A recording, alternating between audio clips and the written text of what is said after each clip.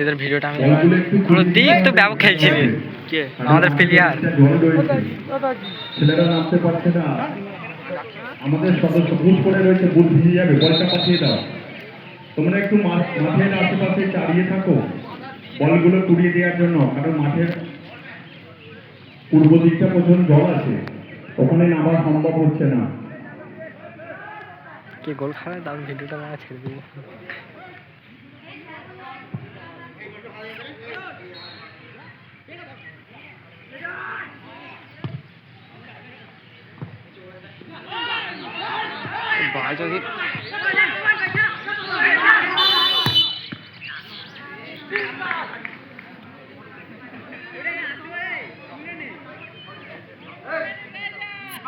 যদি ভুল